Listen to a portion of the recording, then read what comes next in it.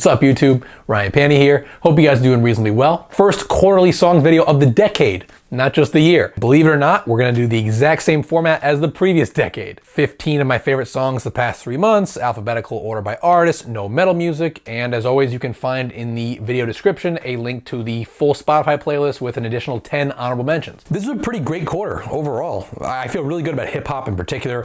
I think that hip hop is already headed for a much stronger year than 2019 was. There were a couple of real genuine surprises that ended up in this list, which of course, those surprises are always gonna be my favorite picks. There's at least one, maybe 2 songs of the year included in this batch of songs for me. And yeah, I'm looking forward to things picking up even quicker in terms of releases for quarter 2. If I had to guess, this coronavirus shit, it's really only gonna impact metal because metal's the last genre where fans have a huge demand for physical CDs and vinyl and kind of the whole nine. I think Metal Blade, as of even like 3 years ago, 40% of their sales were physical. So, you know, like we saw the Hatebreed album get pushed back. We might see some of that in metal, but everyone else is fine. Big thank you to all the artists who put out killer music to kick off this decade, the 2020s.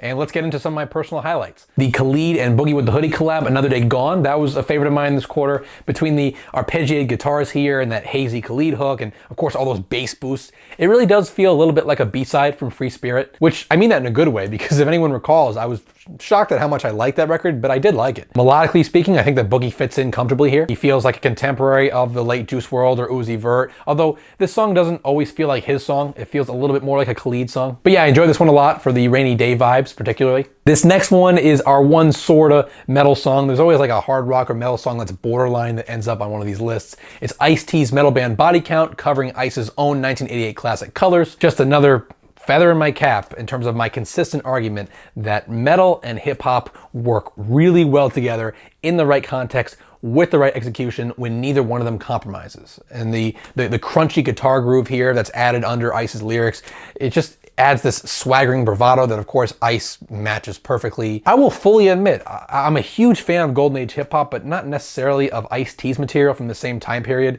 And this has kind of got me wanting to go back and reevaluate that. Listen to 6 in the Morning again and listen to Cop Killer and just see if maybe I was missing something, because this version just is so energized and so exciting. I very much enjoyed the title track from the Disclosure EP, Ecstasy. I'm getting similar vibes here as I did with the 2018 single they put out, Moonlight. Kind of similar. You know, there's very little Disclosure material that I don't find appealing in some way. A song like Ecstasy, it's not going to blow you away or dazzle you, but it functions great as ambient background music. It's a great song to wake up to. I find that Disclosure is always a lurking presence in my life somewhere. Echo Smith's Diamond single was actually my introduction to the band, first song I ever heard by them, and a shoo-in for this list. I ended up loving their new record, Lonely Generation, which I would highly recommend to anybody who's looking for a relatively unsophisticated and accessible alternative record. This chorus in particular, it just always has me beaming from ear to ear. It is so infectious and joyful, and frontwoman Sydney Ciarota, I think that's how you say her name, she's a fantastic singer. I also recommend Stuck, and I recommend the title track from Lonely Generation if you're gonna work your way in song by song. The lovely Grimes is up next with a wonderfully dark song from her new record, the song You'll Miss Me When I'm Not Around. You know, she went in a lot of different directions on this new LP, Miss Anthropocene, and I gotta say, I did appreciate the increased palatability of a lot of the material on here as opposed to like her 2012 album Visions. I think that pronounced 90s influence on this record is gonna resonate with a lot of millennials like her. But this song in particular is really interesting, not just because of the way it fuses such a moody and nocturnal landscape with like these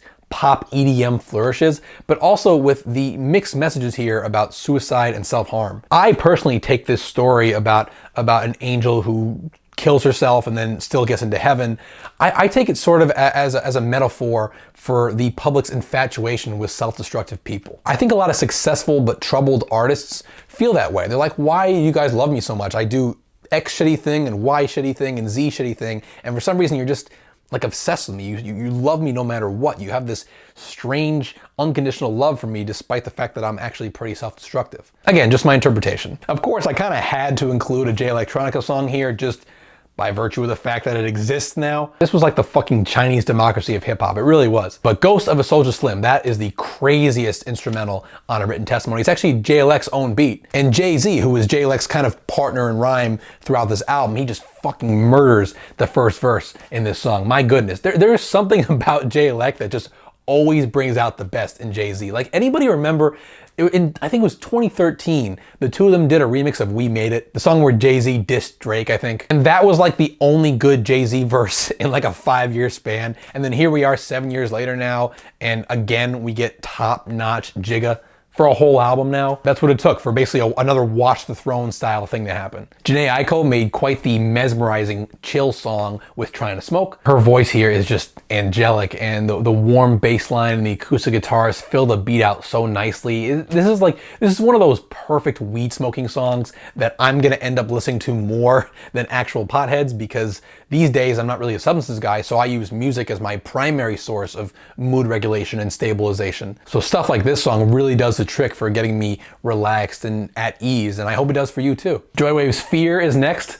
That bouncy chromatic groove is just so irresistible and kind of shameless. Joywave showed a lot of range on Possession, their new record. They definitely won over a relatively ambivalent fan with this one. I'd highly recommend it for the indie listeners out there. Lo Mein by Lil Uzi Vert, I found myself bumping that one a lot, even if it was mostly just because of the beat, to be honest. But Uzi and Juice WRLD as well, R.I.P., I feel like injects a lot more emotion into the style rather than just the flat delivery that I'm used to hearing. Even when with a song like this, the emotion is pretty much just bravado. But with Uzi, I always feel like I'm listening to a person rap, not just like a leaned out auto-tune machine. Little Big Town, one of the only modern country acts that I like. Unfortunately, they did drop kind of a clunker of a new record, but there's a song on there called River of Stars that I really enjoy. It's quite pretty. It's a neo-folky, sentimental ballad. It's got a lot of night drive aura to it. It does go a little bit in the guilty pleasure column for me, so proceed with caution. But if you are looking for a solid pop country record, listen to their last record, The Breaker. It's really good. One total shoe-in here, like I knew it the instant I heard it. Megan Thee Stallion's great single, B-I-T-C-H. I love this. Not only is it just a banger with a great hook, but lyrically it does address what I found, at least among the girls that I've dated, what I found to be an almost universal female grievance, which is that every time you try and assert yourself as a woman and ask for what you want and what you feel you deserve, dudes just call you a bitch or high maintenance or feisty, or just pick your patronizing word. And I love how Megan brushes off that dilemma with such confidence and such power. I think there's a lot of ladies out there that probably appreciate that. Okay, my favorite song of the quarter, hands down, likely gonna be one of my top songs of 2020 when December rolls around, Pet Shop Boys with Happy People. This has been my go-to for the past few months. It's just peak Pet Shop Boys. The joyful piano chords, the pristinely mixed percussion, the charmingly flat vocals in parts that also contrast nice with the more melodic ones. It's just, oh, it's one of the best songs I've ever heard. Royce the 5'9", Thou Shall, a fucking menacing hip-hop track, self-produced by Royce with just some of the coldest lines. My goodness. He says at one point, I'll put your life on the dollar menu right next to the Egg McMuffin. Or he says, nozzle on the gun, bigger than the nose on that Gaga lady, or something like that. I forget how the exact rhyme scheme is. Or there's a line on there about Brenda's got a baby that's just totally disrespectful. And the guest on here, Kid Vicious, kills it. My favorite line of his, he says, you could listen to Future, but just know who the now is. That's some hard shit. This song is arguably meaner, just meaner in tonality and delivery than anything Royce has done on the past few albums of his. I actually really loved a Russ song called Asshole. His beat here with those ultra smooth guitars and the syncopated kick drum is just fantastic. Like, anybody would have sounded good over this instrumental. I would listen to this song just as an instrumental. But Russ does have a great flow on here. Clearly, a lot of what he does on Shake the Snow Globe is very J. Cole influenced. And The Weeknd made one of the best songs of his career with In Your Eyes. Wow. Saxophone aside, which if we're gonna be real, that's what actually makes this song. This song is very MJ influenced. The bass line and the synths are a pretty deadly combination. This kind of reminds me of Love to Lay off Starboy, just the ultra danceable song right in the middle of the record that no one really seems to care about initially, although this one has now been made a single, which I'm very pleased about. Hopefully the radio doesn't kill it. And there you have it.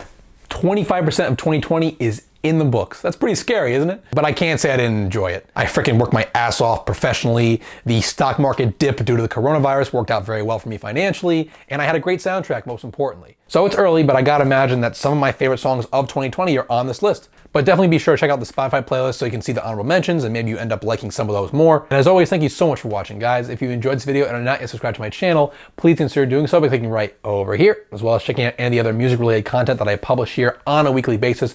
I really appreciate you guys watching, liking, disliking, just engaging in any fashion. Twitter, Instagram handle @RyanPandyMusic. Again, thank you so much for watching, guys, and I will see you soon.